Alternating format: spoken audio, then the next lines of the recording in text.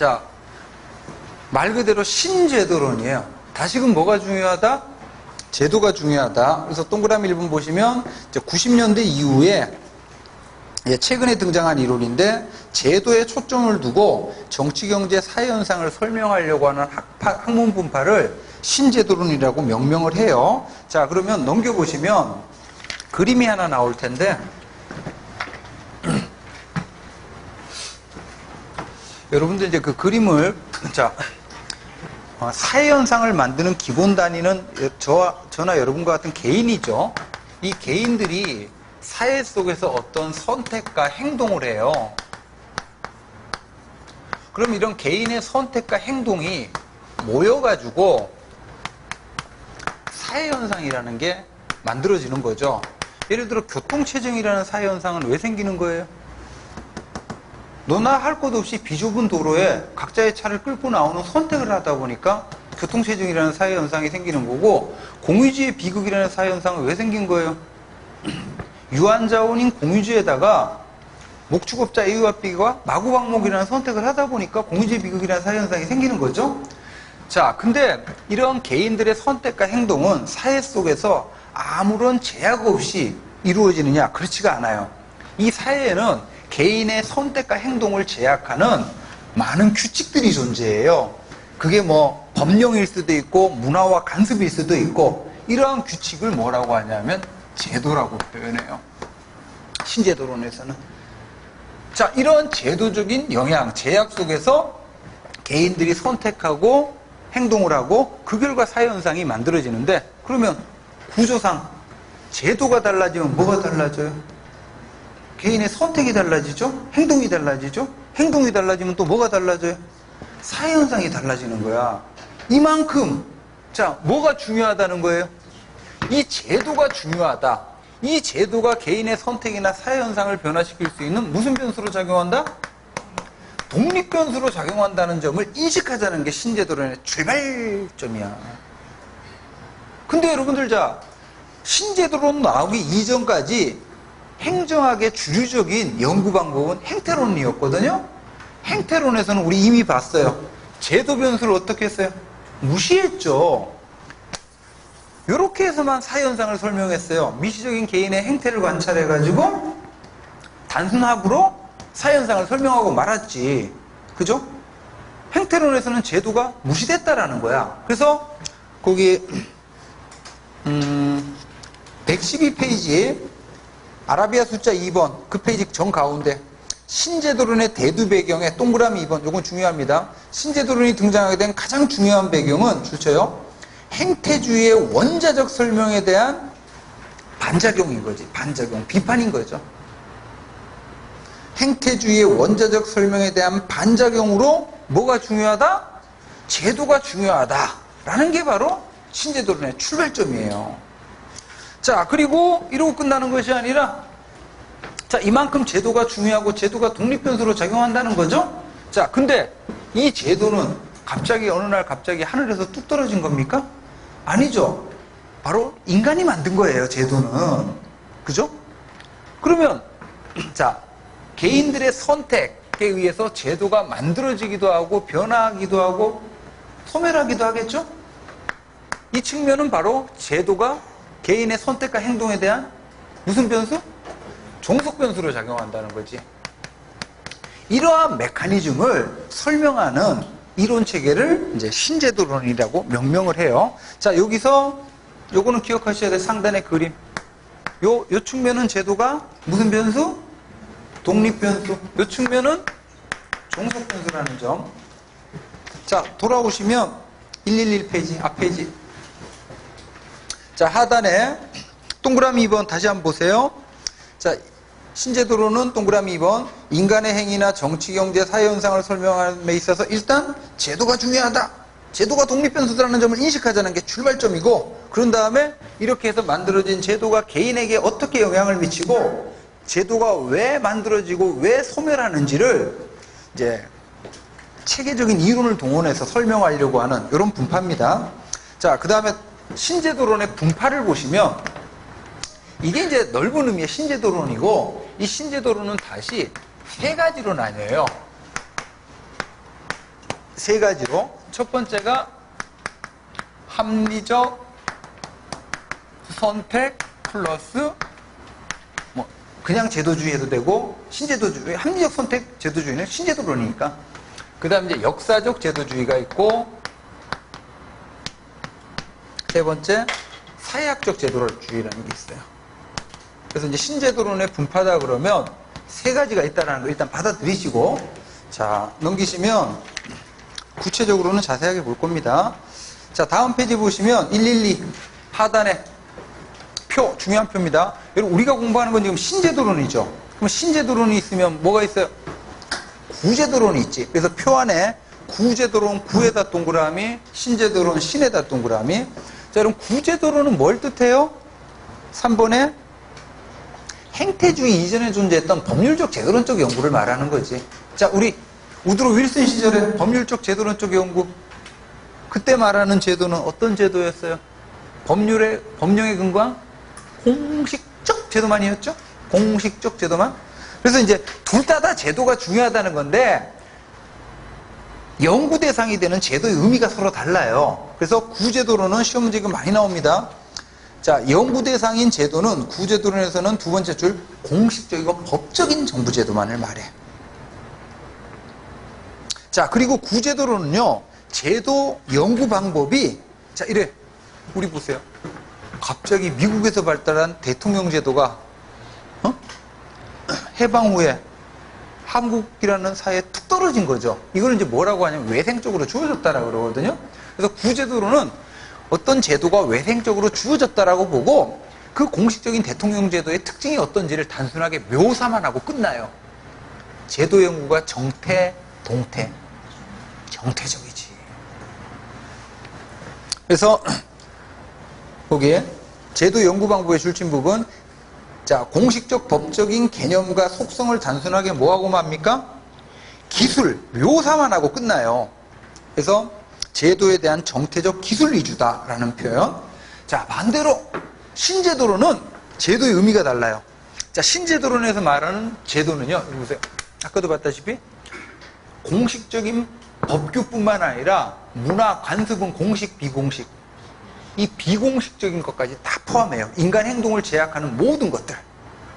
그래서 거기 줄진 두 번째 줄에 공식적, 비공식적 제약이라고 표현해요. 자, 그리고 제도 연구 방법에도 보면, 자, 정태적인 제도 연구가 아니라 이 제도가 왜 생겼는지, 또 왜 소멸하는지, 또 인간 행동에 어떻게 영향을 미치는지 경제학, 정치학, 사회학 이론을 동원해서 체계적으로 설명하고 이론의 발전에 초점을 두죠. 훨씬 더 동태적이고 역동적이죠. 그 표현. 자, 오른쪽 페이지 보시면 4번 갑시다. 자, 신제도론에서 보는 제도의 의미, 제도의 의미에다 네모. 다시 한번 반복해서 보는 거예요. 자, 동그라미 2번 줄 치세요. 자, 제도는 개인의 행위를 형성하거나 제약하는 맥락 역할을 한다는 표현이 있죠? 이렇게 보시고, 그 다음에 동그라미 3번이 중요한데, 자, 다시 여기 봐봐요. 제도는 개인의 행동을 제약하죠? 그죠? 거기 제약하지만 다음에 끊으세요. 끊고, 그러면 그 앞문장은 제약하지만까지는 제도가 무슨 변수라는 거예요? 자, 그 다음 후문, 누가 고안한 거예요? 인간 행동을 제약하는데 누가 디바이즈드 한 거예요? 인간이 디바이즈드 한 거지. 인간이 고안한 제약이라고. 그러다 보니까 개인 간 상호작용의 결과로 제도가 바뀌죠. 이 후문은 제도가 무슨 변수라는 얘기예요? 종속 변수가 된다는 얘기지. 그 문장 자체를 기억하시고, 그 다음에 이제 4번이 제일 중요하죠. 이 신제도론에서 말하는 제도에는 공식적인 측면, 헌법, 법률 뿐만 아니라 관습, 문화와 같은 이제 비공식적 측면까지 모두 포괄합니다. 자, 이게 이제 신제도론에 관한 일반적인 내용이고, 넘기시면, 자, 이제 구체적인, 자, 세 개의 분파가 있다 그랬죠? 이 중에 가장 중요한 게 이거예요. 합리적 선택 신제도주의야. 여기 이름.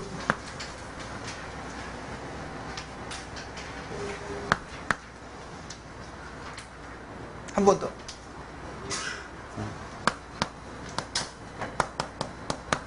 합리적 선택 신제도주의는 뭐에서 출발하는 이론이에요? 공공선택 이론에서 출발하는 이론이에요. 공공선택 이론에서. 합리적 선택을 강조하는 대표적인 이론이 공공선택 이론이었잖아요. 다시, 여러분, 전통적인 공공선택 이론은 60년대, 70년대 전통적인 공공선택 이론은요, 개인들의 합리적 선택 행위로만 사회현상을 설명을 해요. 이 전통적인 공공선택 이론에서는 제도는 명시적으로 고려하지 않아. 근데 이 공공선택 이론이 발전하는 과정에서 이렇게 봤더니, 야, 개인들의 합리적 선택 행위에 뭐가 중요하게 작용하더라? 제도가. 그래서 이제 요거를 합리적 선택 신제도주의 또는 합리적 선택 제도주의 이렇게 표현해요. 그래서 이 합리적 선택 신제도주의를 다른 말로 뭐라고 하냐면 현대적인 공공선택 이론이에요. 어디로 보시냐면 아까 공공선택 이론 다시 한번 가보세요. 106페이지. 106페이지에 가운데 공공선택 이론의 방법상의 특징에 동그라미 5번 찾았어요? 동그라미 5번 줄 치세요. 자, 정치행정체제와 제도의 조정이라고 되어 있는데, 자, 공공선택 이론이 발전하면서 정치행정체제와 제도에까지 관심을 기울이게 돼요. 그래서 끝자락에 이러한 견해의 공공선택론을 뭐라고 표현한다고? 합리적 선택 제도주의. 현대적인 공공선택 이론인 거지.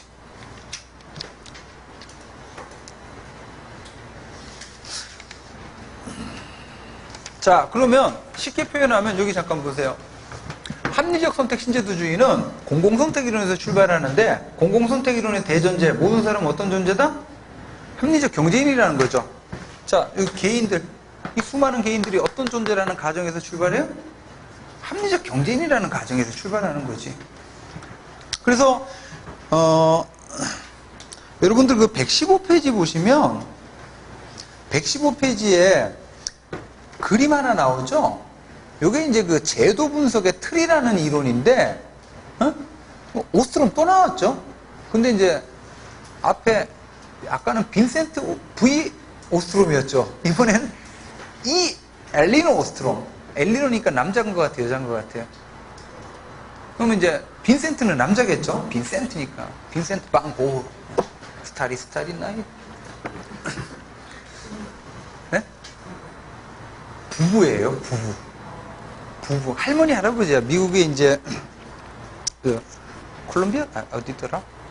갑자기, 인디아나 대학교 행정학과 교수예요. 근데 이제 이 엘리노 오스트롬이 이 이론으로 행정학과 교수로는 최초로 노벨 경제학상을 받아요. 자, 그 제도 분석의 틀이라고 되어 있는데, 거기 잠깐 보시면, 자, 우리 그 공유지의 비극 한번 보세요. 공유지의 비극.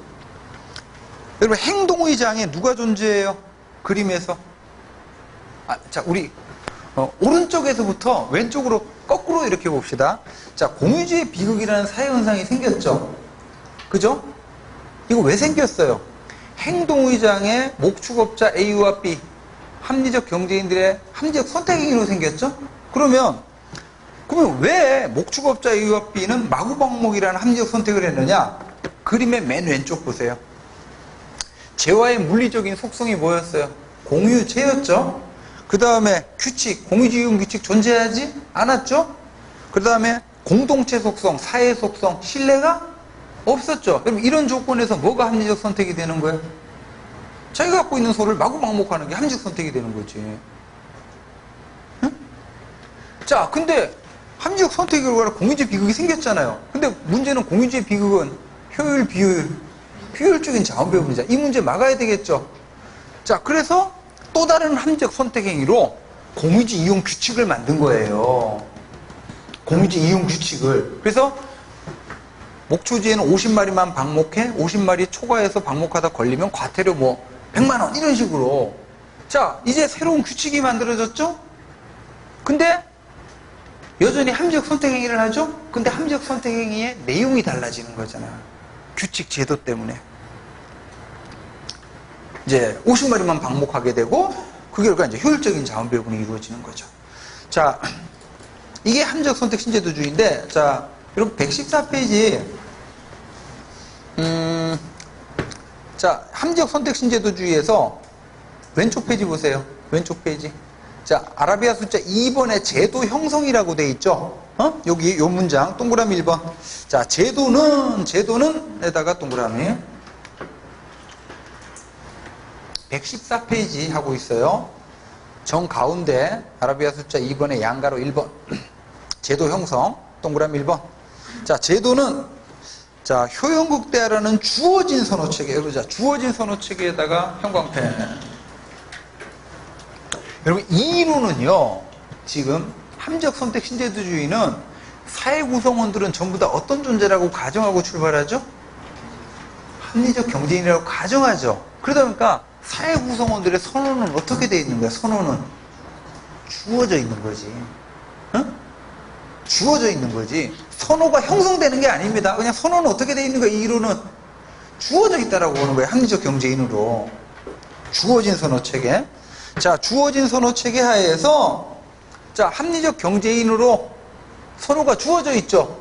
그러다 보니까 목초지에 마구방목하는 게 합리적 선택이고 공공재는 무임승차하는 게 합리적 선택이고 집단행동에 딜레마를 보이는 게 합리적 선택인 거죠. 근데 문제는 이게 비효율적인 자원 배분이죠. 그래서 주어진 선호체계 하에서 그 문장 자체를 기억하세요. 개인들이 집단행동의 딜레마라고 하는 비효율적인 자원 배분의 문제를 해소하기 위해서 또 다른 합리적 선택에 의해서, 여러분 여기 잠깐요. 앞으로 합리적이라는 말은요, 달리 표현하면 계산적인 거예요. 여모저모 다 정확하게 계산을 하는 거야. 그 다음에 합리적인 건 의도적인 거야, 우연적인 거예요? 의도적이고 계획적인 거예요. 계산을 하는 거니까 계획을 하는 거지. 그래서 집단행동의 딜레마를 해소하기 위해서 합리적 계산에 의해서 의도적으로 만든 게 제도라는 거지. 자, 그러면 그 문장 계속해서, 즉 행위자들이 집합적으로 더 나은 결과를 가져오는 행동이나 대안이 있다는 걸 알고 있죠? 그지?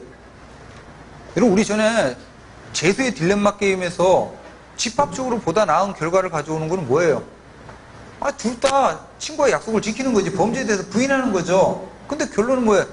합리적 선택의 결과로 둘 다 자백하고 자백해버렸잖아. 그러면 자, 행위자들이 집합적으로 더 나은 결과를 가져오는 행동이나 대안을 선택하지 않는 이유는 끊고, 이유는 애들이 또라이기 때문에 그런 거예요? 이 이론은 다시 한번 얘기하지만 사회 구성원들은 어떤 존재야? 합리적 경제인이에요. 주어진 선호체계야. 그러면 집합적으로 보다 나은 결과를 가져오는 선택을 하지 않는 이유는 뭐 때문이에요? 적절한 제도가 없기 때문이라는 거지. 이 표현, 적절한 제도적 메커니즘이 존재하지 않기 때문이라는 거예요. 그러면 줄쳐보세요. 집단행동의 딜레마 또는 공유제의 비극이라는 문제를 해결하면 방편으로 동그라미 뭘 하면 된다는 얘기예요? 의도적인 제도 설계를 하면 된다는 얘기입니다.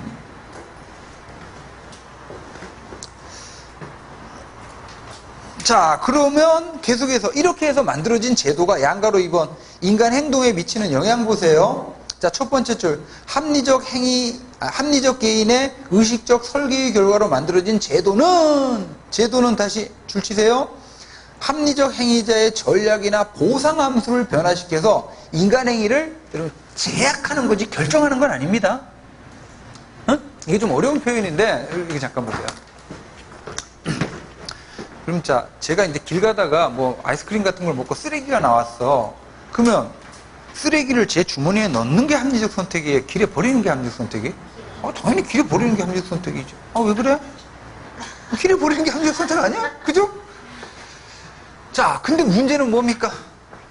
이제 거리가 쓰레기로 넘쳐나는 공유지의 비극이 생기는 거지. 자, 그래서 이제 어떻게 한 거예요?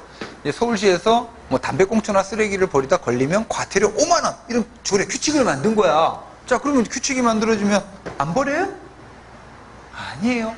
버릴 놈은 여전히 버려요. 단 뭡니까? 고려해서 버리다 걸리면 얼마? 5만 원 과태료라는 걸 하나의 제약 조건으로 생각해가지고 버리는 거지. 버릴지 말지를 결정하는 거지. 이거를 제약한다고 표현해요. 자, 그러면 계속해서 보세요. 개인의 선택이나 행동이 지금 달라지고 있죠. 그 이유는 개인의 선호나 속성이 바뀌어서 그런 거야? 그게 아니라 뭐가 바뀐 거예요? 규칙이 바뀐 거죠. 규칙이. 자, 요게 신제도론이고, 특히 합리적 선택 신제도론이고, 자, 다음 페이지 보시면, 다음 페이지, 오른쪽 페이지. 자, 네모 3번에 뭐라고 돼 있어요? 합리적 선택 신제도주의에 해당하는 주요 이론들입니다. 주요 이론에다가 네모. 이건 전부 다 합리적 선택 신제도주의의 세부 이론들이에요. 어? 자, 넘겨보시면, 116페이지 하단에 뭐 나옵니까? 덧니비에 관청형성 모형 나오죠? 어?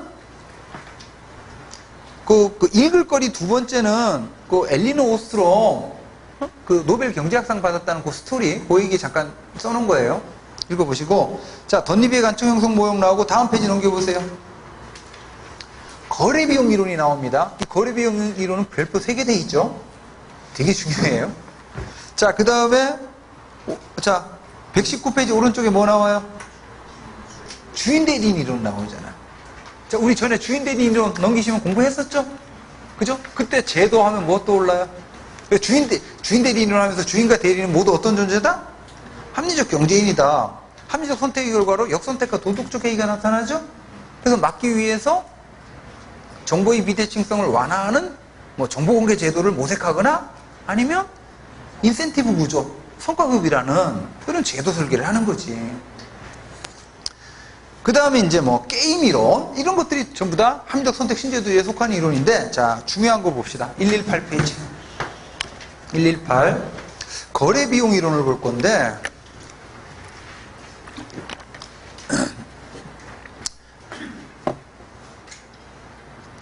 여러분 잠깐만요. 2장 앞으로 더 와보세요.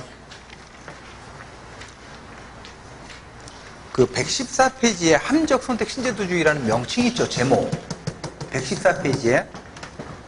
여러분 여기다가 콜 표시하시고 합리적 선택 신제도주의라는 이 제목을, 명칭을 뭐라고도 표현하냐면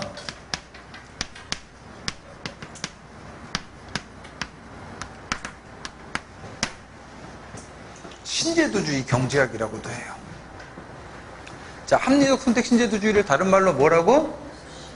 신제도주의 경제학. 자, 근데 여러분 이 신제도주의 경제학은요, 경제학의 비주류예요. 주류가 아니야. 경제학의 주류는 뭐냐면 조금 이제 대응되는 의미인데, 반대는 아니고 대응되는 의미인데, 신제도주의 경제학과 얘는 비주류고, 그러면 주류 경제학은 뭐냐?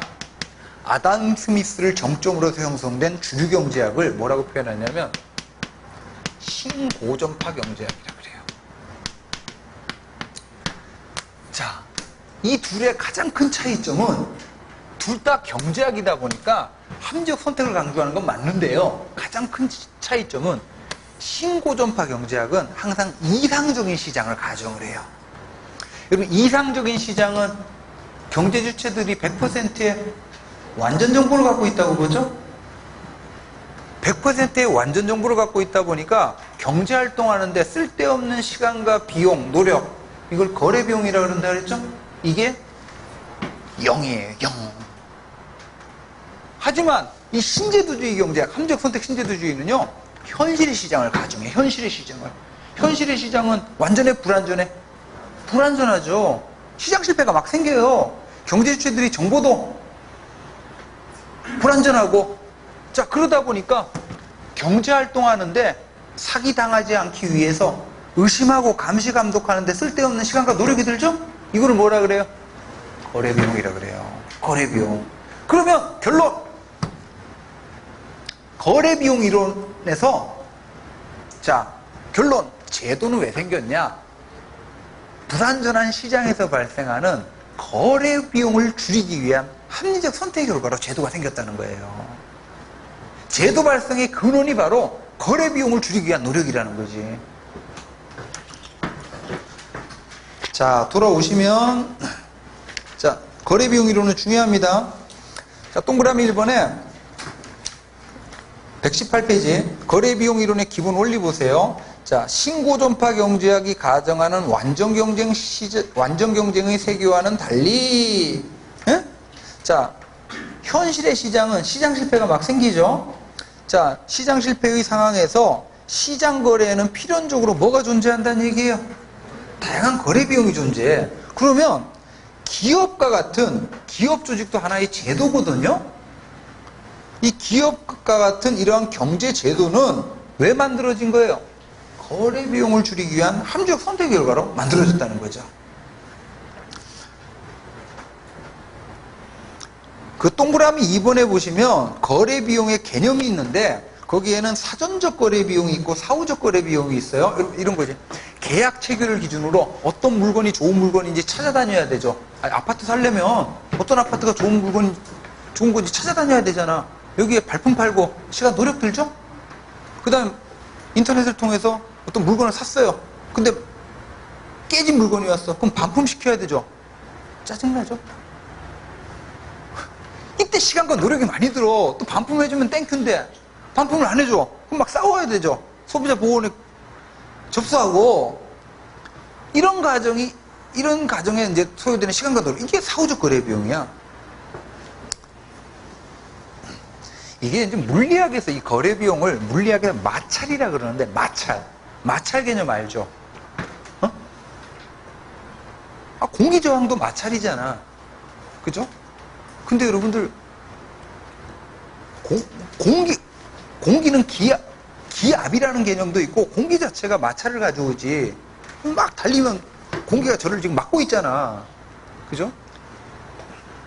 앨런 머스크가 테슬라 기발한 걸 지금 추진하고 있죠? 뭐예요? 워프가 뭐예요? 진공관 터널을 만드는 거야. 진공관이니까 공기가 없지. 공기 저항이 없죠. 그러니까 뉴욕에서 LA까지 30분 만에 돌파하는 거죠. 서울에서 부산까지 뭐 10분. 워프지 뭐. 이렇게 우린 제가 몇 년 전에 본 영화인데, 기발한, 그래버티라는 영화 봤어요? 그 영화 보면 이제 산드라 블록이, 그 영화는 진짜 대단한 영화. 딱 두 사람 나오죠. 산드라 블록하고 조지 클루니가 그러니까 지구로부터 그 영화 맨 처음 시작하면서 우주정거장 이렇게 나오면서, 여기에는 무중력 상태다 보니까 공기도 없고, 중력도 없고, 그러니까 저항이 없는 거지, 저항이. 그러니까 이제 산드라 블록이 사고 나면서 한번 이렇게 충격을 먹으니까 계속 어때요? 그 상태로. 관성에 의해서. 계속 우주 적끝까지 밀려가는 거지. 그 영화 재밌는데. 어? 저기 연휴 때 봐봐요. 인터넷에서 다운받아가지고. 저는 그 영화를 아이맥스에서 처음 봤거든요. 아이맥스에서 그때 막 개봉할 때. 근데 그 영화가 그 당시에는 별로 인기가 없었던 영화인데, 아이맥스로 보는, 저 그 아이맥스 처음 봤거든요? 촌놈이지. 근데 막 산드라 블록이 저한테 막 이렇게 다가오더라고. 딱 두 사람 나와. 조지 클루니하고 산드라 블록. 근데, 재밌어요. 자, 양가로 2번 가시면 여러분 거래 비용 이론하면 꼭 기억해야 될 사람이 있어요. 누구냐면 윌리엄슨이라는 사람이 윌리엄슨. 자, 여러분 윌리엄슨은요. 자, 오른쪽에 그림을 통해서 이해합시다. 이 그림을 외우셔야 돼요.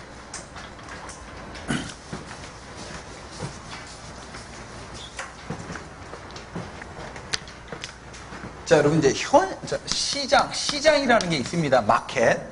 자, 현실의 시장은 불안전하지. 그죠? 그럼 이제 이러한 시장이 불안전하니까 이 시장을 이용하는데, 시장을 통해서 경제활동하는데 쓸데없는 시간과 노력이 들어요. 이걸 이제 거래비용이라고 표현할 수가 있는 거죠. 그래서 시장에서는 거래비용이 발생하는데, 그러면 이제 이 시장의 거래비용이 클 수도 있고 작을 수도 있죠. 거래비용 값이. 그럼 이제 시장의 거래비용 값을 크게 하는 요인들이 있더라는 거야. 이거는 쉽게 말하면 한 5가지가 나오는데, 시장을 완전하게 만드는 요인, 불완전하게 만드는 요인. 시장이 불완전할수록 시장의 거래 비용은 커지잖아요. 오케이? 자, 그래서, 자, 이거 외우세요. 거래가 불확실할 때. 여러분들 그 자본주의 시장 경제 체제의 가장 큰 문제, 그러니까 가장 큰 저해 요인은 뭐냐면 불확실성이야. 불확실성. 예를 들어가지고, 여러분 예를 들어 남북 간에 진짜 완전한 평화 체제가 구축이 되어버리면 대한민국의 이 어떤 국가 경제력의 규모라든지 가치가요 2배는 올라갈 수도 있어요. 왜냐하면 그러니까 우리나라 주식시장의 가치 같은 거 이렇게 설명할 때 한국 시장을 저평가되어 있다라고 그러거든요. 그 저평가되는 가장 큰 요인이 북한과의 불확실성이에요. 한국 주식 잔뜩 사놨다가 북한이 미사일 쏴가지고 남북 전쟁 발생해버리면 그 주식은 휴지조각이 돼버리는 거잖아요. 그래서 근데 이제 남북 간의 평화체제가 구축이 되면 이 불확실성이라는 요소가 완전히 어떻게 돼버려요? 제거가 되는 거지. 다시 불확실성이 높을수록 거래 비용은 시장은 믿어요, 못 믿어요? 못 믿습니다. 그래서 자, 그 다음에 제한된 합리성. 제한된 합리성이 높을수록 시장이 불안전해지는 거고, 그래서 거래 비용은 높아지는 거고. 자, 제한된 합리성, 제가 정보가 없다는 얘기야. 합리성이 제한되어 있다는 얘기예요. 자, 그럼 이제 제가 정보가 없다는 걸 이용해서 상대방이 저를 사기치려고 해. 기회주의, 행태 가능성이 높을수록. 자, 그리고 이제 거래 대상의 자산 전속성이라고 표현합니다. 이건 그냥 좀 외우셔야 돼. 자산 전속성.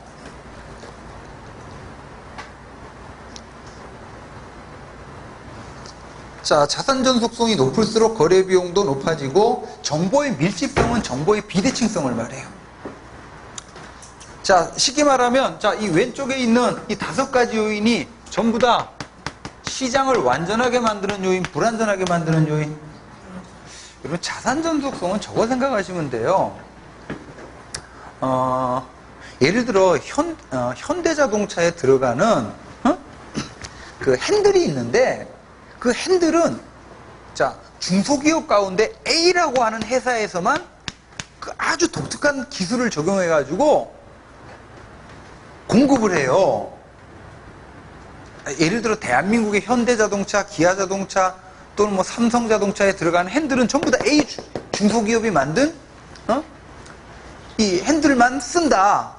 얘네가 탁월한 기술력을 갖고 있어. 그러면 이 자산은, 이 핸들은 자동차 어떤 그 공급망에 있어서 자산이 특정화되어 있는 거죠.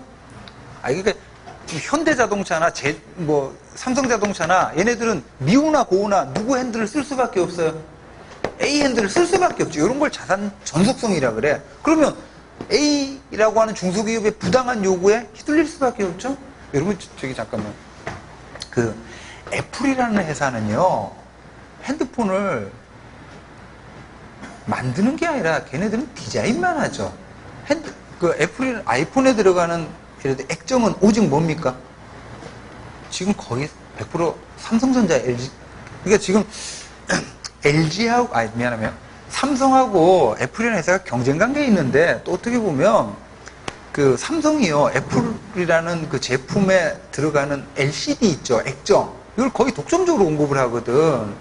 그러면 이제 애플이라는 회사는 삼성의 부당한 요구에 휘둘릴 가능성이 높은 거지. 그래서 지금 이제 애플이 이 자산 전속성을 피하기 위해서 LG 또는 뭐 다른 그 LCD 생산 업체들이 있죠.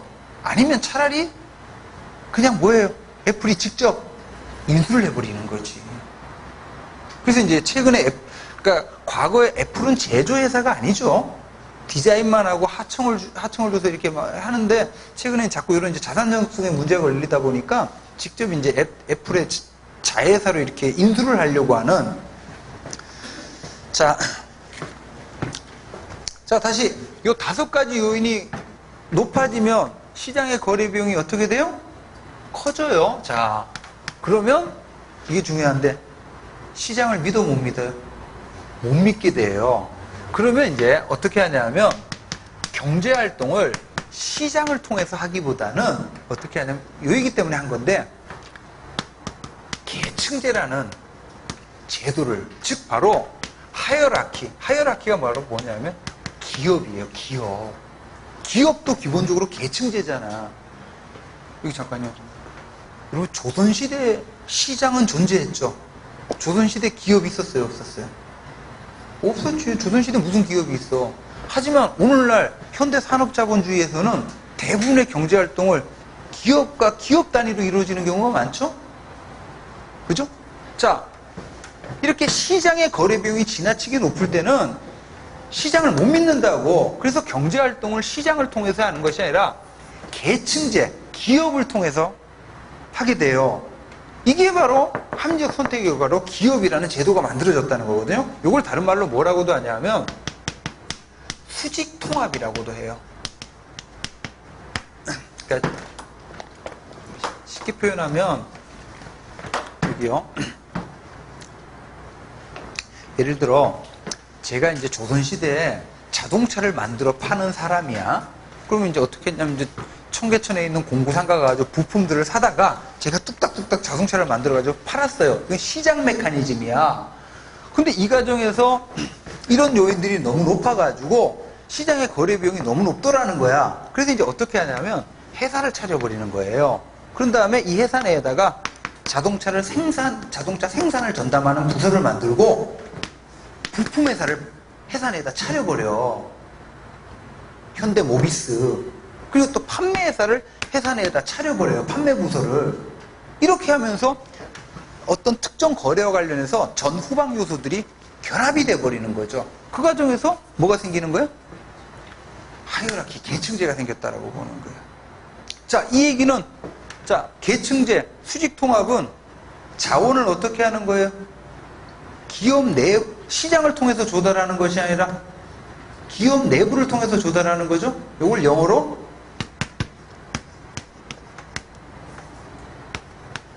인소싱이라고 해요. 인소싱.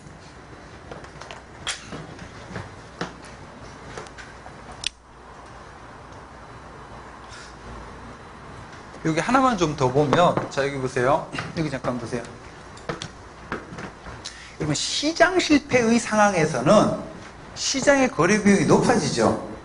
이때는 시장을 못 믿죠. 그러니까 차라리 시장을 통해서 자원을 조달하는 것이 아니라 우리 조직 내부를 통해서 자원을 조달하는 건데, 자, 그러다 보니까 기업, 거대한 기업이 만들어져요. 그래서 이 기업 안에, 자, 부품을 전담하는 부품부서, 생산을 전담하는 생산부서, 그리고 이제 판매를 전담하는 판매부. 자, 이런 하위 조직들이 생겨나는데, 자, 그러다 보니까 또 어떤 문제가 생기냐면, 자원을 직접 조달하다 보니까 어떤 문제가 생기냐면, 회사 내에서 부품회사, 생산회사, 부품부, 생산부, 판매부, 이들 간의 활동을 뭐 해야 될 필요가 있어요? 조정을 해야 될 필요가 있어요. 이거를 뭐라고 하냐면, 관료제적 조정비용이라 그래. 조정비용. 자, 다시요. 이따 정리는 따로 해드릴 거예요. 지금 보시면, 자, 시장이 불안전할 때는 시장의 거래 비용이 너무 높았죠? 이때는 시장을 선택하는 것이 아니라 뭘 선택을 해? 계층제, 하이어라키. 그래서 기업이라는 제도가 만들어졌는데, 이렇게 하다 보니까 다시 어떤 문제가 발생해요? 기업 내 하위 부서들 간의 활동을 조정해야 되는 관료적 조정 비용이 또 높아지는 거죠? 자, 이럴 때는 어떻게 하냐면, 우리 회사의 핵심적인 역량, 예를 들어 생산이다, 디자인이다, 그럼 여기에만 초점을 두고 나머지 부서들은 어떻게 해요? 아웃소싱을 시켜버려요. 요거는 이제 어떤 비용이 클 때 나타나는 현상이에요? 관료주적 조정 비용이 클 때 나타나는 현상이지. 그래서 여러분들 나중에 이 이론이, 이 거래 비용 이론이 나중에 조직 이론 공부할 때 또 나옵니다. 오늘날 현대 조직의 변화를 설명하는 이론이기도 해요. 자, 정리해드리면, 자, 118페이지 보세요. 자, 동그라미 2번에 줄친 부분들이 있죠? 줄친 용어들. 이거는 전부 다 뭐를 크게 하는 요인들이에요? 시장의 거래 비용을 크게 하는 요인이에요. 자, 동그라미 3번 줄치세요. 자, 이러한 시장 실패의 상황에서 줄치고, 이러한 시장 실패의 상황이라면 시장의 불안정성이 높은 상태죠. 이러한 상황에서 누가 기회주의에 입각한 행동을 하는지 알 수가 없어요. 따라서 거래의 안전장치가 필요한데 이러한 안전장치를 확립하는 데 드는 비용이 뭡니까? 거래 비용이에요. 자, 줄친 부분. 자, 이러한 거래 비용, 형광펜으로 거래 비용 동그라미 하시고, 그 다음에 관료주적 조정 비용 따로 동그라미 하세요. 이 둘을 비교하는 거지. 그럼 시장에 맡기면 시장의 거래 비용이 존재하고, 계층제, 기업을 세우게 되면 관료주적 조정 비용이 생기고, 이 둘을 비교했을 때 뭐가 뭐보다 크다면 시장의 거래 비용이 관료주적 조정 비용보다 크다면 뭐를 줄이는 게 급선무가 돼요? 거래 비용 줄이는 게 급선무가 되는 거지. 그래서 거래 비용을 최소화하기 위해서 가격 메커니즘, 시장 거래보다는 개서적 조직의 행정 조직을 통한 이거를 수직 통합, 거래의 내부화라고도 합니다. 얘를 영어로 표현하면 인솔싱이지. 이게 이제 효과적이다라는 거죠. 자, 오른쪽 페이지 거래비용 이론의 시사점 보시면, 자, 거래비용 이론은, 자, 두 번째 줄 끝부분에 기업분, 기업, 동그라미 기업. 자, 기업의 경우 거래비용은 필요자원을 직접 조달할 것이냐, 인솔싱, 아니면 아웃소싱을 할 것이냐, 이때 이제 중요한 판단 기준이 된다는 거예요. 뭐 정부 부분에도 비슷한 스토리가 적용이 되고, 그래서 정부의 경우에도 두 번째 줄, 밑에서 세 번째 줄. 자, 시장 실패에 의한 정부 개입이 강조될 때는, 여러분, 시장 실패에 의한 정부 개입이 강조될 때는 뭐가 부각될 때예요? 시장의 불안전성이 부각될 때잖아. 시장의 거래 비용이 클 때죠. 이때는 이제 시장 실패에 따른 거래 비용이 부각되었다. 이때는 정부가 직접 생산하는 거지. 하지만 현재는 정부에 직접 제공해서 내부적으로 발생한 행정비용, 여기 내부적으로 발생한 행정비용은 뭐야? 관리적 추정비용이겠죠? 이거하고 이제 이를 통제하기 위한 외부 비용, 이런 것들이 부각이 되면서 아웃소싱을 하는 거죠. 민간 위탁 등이 이제 새롭게 부각이 된다. 뭐 이런 내용들이에요. 자, 하여간 거래비용이론은 그 오른쪽 페이지에 있는 그림 있죠, 그림. 이 그림 자체를 조금 암기를 좀 해두세요. 자, 이렇게 해서, 야, 이거 오늘 여기까지밖에 못하겠네. 하여간 지금 이 세 가지 제도주의 하다가 말았는데, 10분만 더 할까요? 10분 더 해도 뭐, 우리 또 수업 있잖아. 수업 몇 시부터 해요? 4시 반. 4시 반? 아이, 그러면 안 되겠다. 그러면 자, 여기, 자, 다시 정리하고 마감합시다. 자, 신제도주의 하다가 지금 중간에 끝나는데, 자, 신제도주의의 분파다 그러면 세 가지가 있어요. 합리적 선택 신제도주의가 있고, 두 번째 역사적 제도주의가 있고, 세 번째 사회학적 제도주의가 있는데, 가장 많은 부분이 합리적 선택 신제도주의입니다. 이제 다음 시간에 역사적 제도주의하고 사회학적 제도주의는 의미 중심으로만 탁탁 좀 캐치를 하면 돼요. 그래서 다음 시간에 역사적 제도주의, 사회학적 제도주의 할 거예요. 자, 오늘 수업은 여기서 마치도록 하겠습니다. 수고하셨습니다.